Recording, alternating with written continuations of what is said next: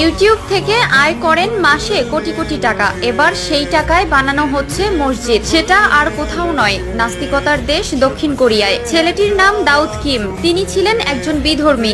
আজ তার ইউটিউব থেকে আয় করা সকল অর্থ ইসলামের পথে ব্যয় করার ঘোষণা দিলেন। সাথে তিনি বলেছেন, দক্ষিণ কোরিয়ায় পরবর্তীতে মুসলিমের রাজত্ব চলবে। নাস্তিকতার দেশ দক্ষিণ কোরিয়ায় এবার একে একে গড়ে উঠছে মসজিদ। দেশটির বিখ্যাত ইউটিউবার দাউদ কিম ইসলাম ধর্ম গ্রহণ করার পর এবার নিজেও উদ্যোগ নিয়েছে মসজিদ তৈরি করার। শুধু তাই নয়, নবমুসলিম এই দিনের দায়ী ঘোষণা দিয়ে বলেছেন, এমন একদিন আসবে যেদিন দক্ষিণ কোরিয়ায় প্রতিটি অলিগলি থেকে আজানের সুর ভেসে আসবে। সোশ্যাল মিডিয়ায় তার এমন পোস্ট বিশ্বজুড়ে বেশ সাড়া ফেলেছে। তথ্য বলছে, গেল কয়েক বছর আগেই ইসলাম ধর্ম গ্রহণকারী দক্ষিণ কোরিয়ান ইউটিউবার দাউদ কিম মসজিদ নির্মাণের ঘোষণা দিয়েছিলেন। এরই মধ্যে মসজিদের জন্য জমিও কিনেছেন তিনি। ইনস্টাগ্রামে ওই জমি